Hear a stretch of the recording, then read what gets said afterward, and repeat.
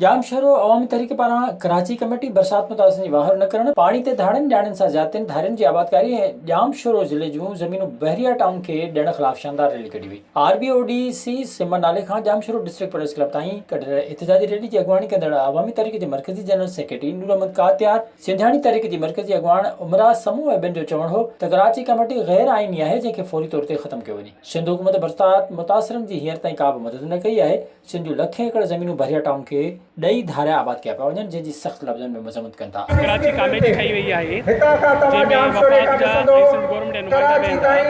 गैर आइनी आहे उनखे ख़तमु कयो वञे। असांजो ॿियो मुतालबो इहो आहे त जेके बि बरसात सचल ज़िला आहिनि सिर्फ़ु उन्हनि खे हिननि पैसो साइड ते करे सिर्फ़ु कराची खे हिननि फंड ॾिनो वियो आहे ऐं ॿियनि ज़िलनि खे ख़ासि तौर ते मीरपुर आसिफ डिवीज़न दादू ज़िलो जेको वधीक मुतासिर थिया आहिनि उन्हनि खे हिन कुझु बि न ॾिनो आहे। जिन जे माण्हुनि खे जेके बरसात सचल आहिनि जेके डुबियल आहिनि उनखे ॾिनो वञे। मुतालबो कयो त सिंध ख़िलाफ़ थींदड़ साज़िशूं फौरी तौर ते ख़तमु कयूं वञनि। विज़िट कयो अवामी आवाज़ मीडिया ग्रुप जी वेबसाइट awamiawaz.pk